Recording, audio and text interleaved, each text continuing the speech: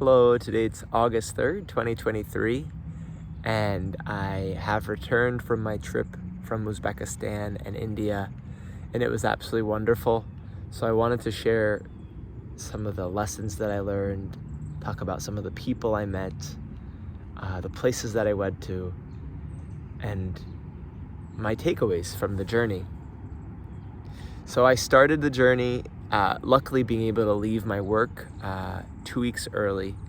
I teach in a public school in New York City, and I was able to leave around June 12th, and I went to Tashkent, which is the capital of Uzbekistan. And there we did a couple days of training, and I found out that I also had a herniated or slipped disc, and that has been painful. From the long seated experience in the plane, it was like over 25 hours of sitting and 2 or 3 layovers. So it was intense. I had pulled something heavy before. So I dealt with this in the couple of weeks that I started in Uzbekistan, but I did my best not to push my body. And we did training, and there was actually 40 teachers from around the world, and actually from around the United States. And they were sent all around Uzbekistan after 5-day training, and they sent me to a city called Shahrisabz, which is the birthplace of a famous Uzbek ruler named Amir Timur. And I started training English teachers. They're already working in schools, but they want to improve their English level, and they also want to have the opportunity to learn new methods, because basically everyone teaches within the context that they're from, and by learning new methods you can have a new way of teaching that inspires and encourages students to not just learn in the same way that has been done in the past. And it's organized by an organization called American Councils that brings young people, as well as teachers, but young people into the United States for a program called Flex, amongst many other programs that they do in many countries. And one of the programs they did was bringing American teachers to Uzbekistan. That's actually an organization I was connected with when I worked there a year ago as well. So teaching was great. Teachers were really motivated. They were excited, different levels of English. I even had a wonderful teacher make me this shirt with my New York school, and she added this Uzbek pattern to it. She's the best. Thank you, Lisa. And teaching was really nice. Afterwards, I had the opportunity to go to India. I actually had a round-trip flight from the work to Uzbekistan. Just to pay a couple hundred more to get to India. And it's always been an aspiration of mine. Actually, from about 17 years old, I was introduced to Indian culture more or less through a breathing teacher, as well as a spiritual leader. His name is Sri Sri Ravi Shankar. And I was 17, and I took a class with my mom. She was quite anxious, and I was just in the cusp of starting university. And it was just a powerful experience of learning how breath can impact the mind and the body and the spirit. And I think I've been on that journey ever since, because when I was in university, I happened to go to a university in a city called Worcester, Massachusetts, which is not far from where I am right here in Walpole, Massachusetts. And the city actually was one of the first places where a medical research institution started studying mindfulness, which is paying attention to the present moment intentionally. And a lot of practices from the East involve this. So it could be yoga, it could be breathing, could be meditation, like different names for these things. But the main thing is, it's how do you relate to your mind and your body in new ways rather than the old habitual ways, and also your emotions. So I made a major about that at school, and it's just always been a passion of mine. And I've done various trainings and classes, and the question has always been, over the years, even after I graduated university, is how can I apply this to my own life and potentially, I don't want to say sell it, but make it part of what I do and make it part of my identity and how I exist in the world. So fast forward, I find myself in India, but I made a major that was related to this topic, so I've always been interested in meditation and yoga. and mindfulness. So I come to India, I arrive, I go to Delhi, and it's one of the reasons why I went there was to study more yoga, because I've been teaching yoga this past year in a YMCA in New York. It's a gym. And I go to Dehradun. It's a city in Uttarakhand. And then I take a car to Rishikesh, which is actually known as the capital of yoga in the world. I don't know, there's over 200 yoga schools, and there's just a lot of yoga there. It's very popular. Even in the mountains of Rishikesh, they have a ashram that I visited. They have a lot of ashrams all over the place there. But it's an older ashram by Maharishi, who started transcendental meditation, and it's actually called the Beatles Ashram. And right now it's more of a museum, but it was a beautiful place to visit. Kind of imagine little caves made by rocks taken from the Ganges River. And that's what's so powerful about the city of Rishikesh, is it's on the Ganga River. It's called Mahaganga. It's considered a holy river to Hindus. And they actually, when a relative passes, they often bring the remains of the cremated body to the river.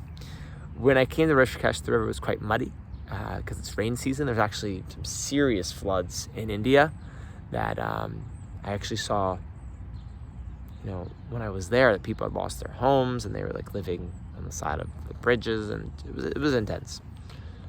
And that's what happened. So when I arrived, I went straight to a hotel very close. It's called Green Hotel, to the Mahaganga, and there's a famous bridge there. Yes, there's two of them. One that was having construction done on it. And I just watched people dunking in the water, their bodies, and kind of getting blessed for their sins, what I was told. And then I went to a mountain yoga retreat, which is called Rishikesh Yoga Peeth. And that's a beautiful spot. It actually took 12 years to build this mountain retreat.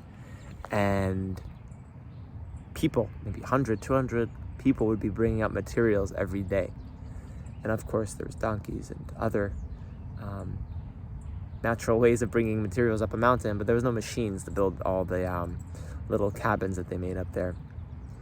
And it's just a powerful retreat center when you're in nature. That's why I'm doing this in nature right now. Your mind is different. Everything just functions differently. It's like you're connected to a bigger source, so it's pretty powerful and beautiful. And we had daily yoga classes 2 times, morning and evening. We had some breathing exercises. We had really delicious meals. We had as well Ayurvedic massages. And the houses were just really cute. I just really appreciated there. I'd say the main thing I learned in regards to yoga there was the importance of holding postures longer. They would hold them for 10, 20, maybe 30 seconds, holding postures to really get the benefit. Also repeating postures, not just doing one posture, one side of your body, one posture the other side, but maybe, one side on one side, and then finish the other side, and then go back again. So you're doing 2 times on both sides. And the importance of holding postures to really get the benefits of them. That, I think, was one of my main takeaways there. And I also spent some time in a village very near to there, buying some local organic turmeric, and I made friends. And it's just the best way to move around, is when you move around with people who are from that country. They're also the retreat center, my great friends, Bravi and Basant. It's just better to move that way. You just integrate differently. When that retreat ended after 7 days, they also have 200-hour, 500-hour, and 300-hour trainings. I went to another ashram called Akananda in Rishikesh. It's more in the mountain part of the city. I'll definitely put in the links to these. And that was a very powerful yoga practice as well, very different. They always start their classes with a chant from the Patanjali Sutra, which is the text written by Patanjali. And it's probably a compilation of many people's wisdoms, but it's, oral tradition, things are passed down. And they would start with a small chant from there in Sanskrit and explain what it is in English. And I just found that beautiful. So the founder of it, of this ashram, considers, Vedic sounds and chants as a sort of vibrational medicine to soothe the body and spirit. So it was really interesting to chant that and have that kind of repeating in your mind during a yoga class. Puts a whole other element to it. And I have to say, the things that I loved about it, there was one teacher in Saboda from Austria was there, is they did a good hour and a half class. It's both places. They usually teach yoga in about an hour and a half period, not the 45 minutes that I have in New York. And we did a lot of breathing practices, even before the practice of asana. And we also did one breathing practice where we would integrate it with the yoga postures, which is called Brahmari, where you just make a sound. Very calming on the nervous system. And we just did it 3 breaths per posture. And the numerous postures, and it just was very calming. It's called Raja Yoga, one of the forms of yoga.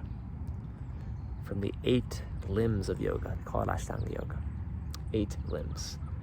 So they are infusing different limbs into the practice to make it a deeper experience.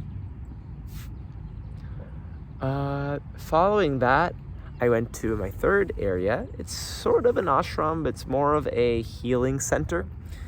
And it's by call him a spiritual leader named Baba Ramdev. And it's very near to another holy Hindu city called Haridwar. And he created a yoga practice and also an Ayurvedic center for healing. And people from all over India go there. And I was really impressed to meet people who had serious health issues. Man, I met with eczema, someone else, a young person with a sort of arthritis. Just you name it, people came with it. Diabetes, brain cancer. There was just a lot of things that people came with. And what Baba Ramdev's mission is to use naturopathy, which are natural methods of healing for people to not only be healthy physically, mentally, and emotionally, but also spiritually. He kind of aligns all 4 of those together, which I found really interesting. So also a lot of breathing practices related to alternate nostril. You breathe in one side, close, breathe out and in, other side, and then you do the opposite. And he'll just do those processes. Another one called Kapalabhati, breath of fire, where you breathe in and out of your belly, like so. And a lot of dynamic yoga postures where you'll go in a pose and you'll come out and you'll combine it with breathing. So a lot of movement with the practice.